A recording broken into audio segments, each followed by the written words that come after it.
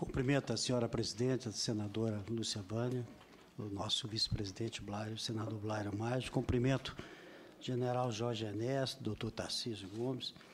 Primeiramente, gostaria de falar, general, que eu acho que ninguém melhor do que o senhor para assumir o DENIT nesse momento. Eu acho que a sua história, o seu currículo, à frente da engenharia do Exército Brasileiro, e tantos serviços, né, foram prestados, o Exército tem prestado, e principalmente nessa área rodoviária. A gente sabe que nos momentos mais críticos o Exército acaba chegando e resolvendo. Como aconteceu agora com a BR-381, aquela importante ponte lá, né, que caiu, né, rodovia da morte, o senhor sabe que é uma das rodovias. É um dos desafios que os senhores vão enfrentar, né?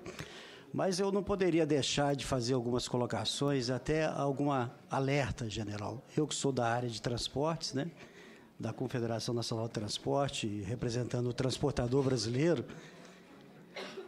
Na realidade, hoje, o país precisa investir no sistema rodoviário, no sistema hidroviário, no sistema ferroviário, 250 bilhões. Né? Nós estamos falando de uma cifra 5 vezes maior do que está disponível hoje.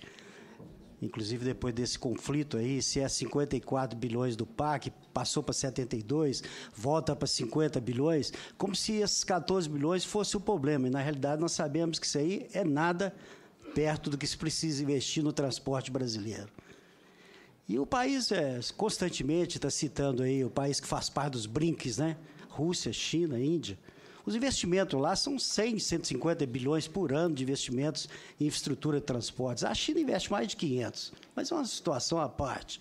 A Índia investe mais de 100 bilhões, a Rússia mais de 150 bilhões. Nós estamos falando de investimento em que, em 3, 4 anos, eles investem 500, 600, 700 bilhões. Nós temos aqui 50 bilhões, é o que o senhor vai ter lá no DENIT. De forma que, ao registrar o importante do currículo do senhor, eu não sei se eu dou os parabéns, se eu dou os pêsames. Porque o senhor sabe que vocês vão enfrentar no DENIT. O problema do DENIT, o problema do Ministério da Transportes, não está só nas questões das denúncias que ocorreram. Eu, por exemplo, do PF, fui um defensor das mudanças. Todos que acompanharam viram que eu achava que tinha, como participando do PE, tinha que haver mudanças mesmo, até porque é um processo que estava extremamente desgastado, independente das denúncias, dos resultados dela, onde é que vai chegar esses resultados. Mas o que é importante é que, nesse processo, o problema do transporte brasileiro, o problema do DENIT, o problema do Ministério do Transporte, não está no DENIT, não está no Ministério do Transporte, está na área econômica do governo. Ou nós enfrentamos isso de frente, ou então todos os membros que fizerem parte desses órgãos terão os mesmos resultados para frente. Que não seja de denúncia, mas seja também de uma ineficiência, não pela pessoa, mas pelo órgão. Eu acho que eu ouvi o doutor Tarcísio, acho perfeitamente correto, precisa mesmo aumentar o número de engenheiros, precisa melhorar a eficiência do órgão, tudo isso é importante, mas não tendo dinheiro não vai se chegar a nada. O DENIT, o Ministério do Transporte hoje não agrada os governadores, não agrada os prefeitos, não agrada o transportador brasileiro, não agrada a sociedade brasileira, são mais de 9 mil mortes nas rodovias brasileiras por ano. O país que tem mais no mundo é 3 mil mortes, os nossos são 9 mil mortes. Isso porque as nossas rodovias são traçados antigos, traçado ainda da era de JK, onde era veículos, por exemplo, um caminhão, 7 toneladas, 6 toneladas. Hoje nós temos um bitrem de 40 toneladas, de alta velocidade, um veículo rápido, ágil, e nós continuamos com os mesmos traçados de engenharia das nossas rodovias brasileiras. A pesquisa CNT, anualmente, tem demonstrado isso claramente, a grave situação do transporte brasileiro, principalmente do sistema rodoviário brasileiro. Então, são dados importantes e tem que servir como alerta para todos nós, alerta para o DENIT, para o Ministério do Transporte, da situação que vocês vão enfrentar e de que o governo tem que reagir, o governo vai ter que agir uma hora. Eu acho que a área econômica do governo tem que reavaliar a sua posição. Eu acredito o seguinte, se nós somos contra a PPP, ou somos contra a parceria público-privada, é preciso de dar um basta nisso. Esse negócio de idealismo, de ideologia a essa altura, não funciona mais no mundo de hoje. Nós só temos um caminho hoje para o transporte brasileiro, que são as PPPs. Se nós temos 50 bilhões para investir, se esses valores forem investidos juntamente com empresários privados, adicionando valores que vão ser complementados anualmente, mesmo naquelas rodovias que forem privatizadas e que o pedágio não suporta, e nós sabemos que grande parte delas não suporta os custos, os investimentos que vão ser feitos, nós sabemos que o governo pode completar esse valor. Então, nós podemos transformar esses 50 bilhões em 500 e resolver todo o problema do transporte brasileiro. A questão é o seguinte, o governo tem coragem de fazer isso? Né? Vocês estão indo para o DENIT, vão enfrentar essa situação? Ou então, de 6 em 6 meses, presidenta, nós vamos estar aqui exatamente discutindo os mesmos cálculos no sistema de transporte brasileiro. Claro que aí, sem questão de denúncia, que eu não tenho dúvida, o currículo do senhor é um currículo invejável, é um currículo que nós não tenho dúvida que, nesse momento, é o nome melhor para poder tomar conta desse órgão para nós, mas não terá solução do transporte brasileiro. A estrutura do transporte brasileiro, nós esquecemos de um exemplo muito claro do presidente Juscelino Kubitschek. Quando ele investiu em energia e transportes, o binômio energia e transporte, ele enxergou que você não consegue ter um crescimento econômico se não anteceder a questão da solução dos transportes. Ou então nós vamos ficar concentrados perto dos portos. O país vai continuar investindo, onde está perto dos portos você consegue escoar rápido o produto. Agora, e o Nordeste, o Norte brasileiro, o Centro-Oeste, escoamento lá da safra, lá do senador Blairo Maggi, que agora, por exemplo, tem a ferrovia. É um investimento também que precisa ser feito, eu não tenho dúvida. Então, os investimentos previstos aqui, necessários, na realidade, previstos não, o sistema rodoviário brasileiro precisa de 170 bilhões, o sistema ferroviário, pelo menos 50, 60 bilhões, o sistema de hidrovias, pelo menos 20, 30 bilhões, porque nós temos que fazer os nossos rios serem navegáveis de novo, até porque o custo é muito mais baixo, o transporte. A multimodalidade, o doutor Tarcísio fala, é preciso de funcionar, porque o transportador brasileiro ele tem que utilizar o melhor meio que ele tiver. Essa é a visão multimodal de hoje. Por quê? Porque aqui ele vai ser o custo mais baixo. Vai usar a ferrovia, vai usar a hidrovia, vai usar o caminhão, e aí ele chega com um custo menor, e o custo Brasil também reduz e resolve toda essa questão. Só que não é o que nós estamos vendo, não, general. Infelizmente, não tem dinheiro. A área econômica sempre responde. Em 3, 4 anos, eles investem 500, 600, 700 bilhões. Nós temos aqui 50 bilhões, é o que o senhor vai ter lá no DENIT. De forma que, ao registrar o importante do currículo do senhor, eu não sei se eu dou os parabéns, se eu dou os pêsames. Porque o senhor sabe que vocês vão enfrentar no DENIT. O problema do DENIT, o problema do Ministério da Transportes, não está só na questão das denúncias que ocorreram. Eu, por exemplo, do PF, fui um defensor das mudanças. Todos que acompanharam viram que eu achava que tinha, como participando do PE, tinha que haver mudanças mesmo, até porque é um processo que estava extremamente desgastado, independente das denúncias, dos resultados dela, onde é que vai chegar esses resultados. Mas o que é importante é que, nesse processo, o problema do transporte brasileiro, o problema do DENIT, o problema do Ministério do Transporte, não está no DENIT, não está no Ministério do Transporte, está na área econômica do governo. Ou nós enfrentamos isso de frente, ou então todos os membros que fizerem parte desses órgãos terão os mesmos resultados para frente. Que não seja de denúncia, mas seja também de uma ineficiência, não pela pessoa, mas pelo órgão. Eu acho que eu ouvi o doutor Tarcísio, acho perfeitamente correto, precisa mesmo aumentar o número de engenheiros, precisa melhorar a eficiência do órgão, tudo isso é importante, mas não tendo dinheiro não vai se chegar a nada. O DENIT, o Ministério do Transporte hoje não agrada os governadores, não agrada os prefeitos, não agrada o transportador brasileiro, não agrada a sociedade brasileira, são mais de 9 mil mortes nas rodovias brasileiras por ano. O país que tem mais no mundo é 3 mil mortes, nossos são 9 mil mortes.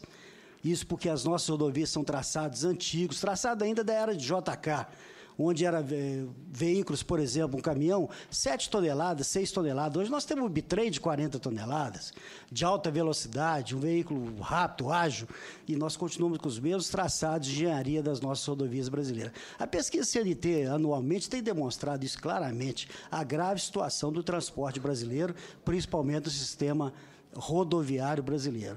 Então, são dados importantes e tem que servir como alerta para todos nós, alerta para o DENIT, para o Ministério do Transporte, da situação que vocês vão enfrentar e de que o governo tem que reagir, o governo vai ter que agir uma hora. Eu acho que a área econômica do governo tem que reavaliar a sua posição.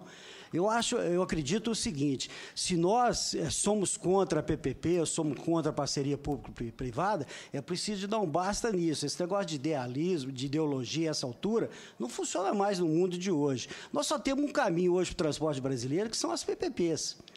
Se nós temos 50 bilhões para investir, se esses valores forem investidos juntamente com empresários privados, adicionando valores que vão ser complementados anualmente, mesmo naquelas rodovias que forem privatizadas e que o pedágio não suporta, e nós sabemos que grande parte delas não suporta os custos, os investimentos que vão ser feitos, nós sabemos que o governo pode completar esse valor. Então, nós podemos transformar esses 50 bilhões em 500 e resolver todo o problema do transporte brasileiro. A questão é o seguinte, o governo tem coragem de fazer isso? Né? Vocês estão indo para o DENIT, vão enfrentar essa situação? Ou então, de 6 em 6 meses, presidenta, nós vamos estar aqui exatamente discutindo os mesmos cálculos no sistema de transporte brasileiro. Claro que aí, sem questão de denúncia, eu não tenho dúvida, o currículo do senhor é um currículo invejável, é um currículo que nós não tenho dúvida que, nesse momento, é o nome melhor para poder tomar conta desse órgão para nós, mas não terá a solução do transporte brasileiro. A estrutura de transporte brasileiro. Nós esquecemos de um exemplo muito claro do presidente Juscelino Kubitschek. Quando ele investiu em energia e transportes, o binômio energia e transporte, ele enxergou que você não consegue ter um crescimento econômico se não anteceder a questão da solução dos transportes. Ou então nós vamos ficar concentrados perto dos portos. O país vai continuar investindo, onde está perto dos portos você consegue escoar rápido o produto. Agora, e o Nordeste, o Norte brasileiro, o Centro-Oeste, escoamento lá da safra, lá do senador Blairo Maggi, que agora, por exemplo, tem a ferrovia. É um investimento também que precisa ser feito, eu não tenho dúvida.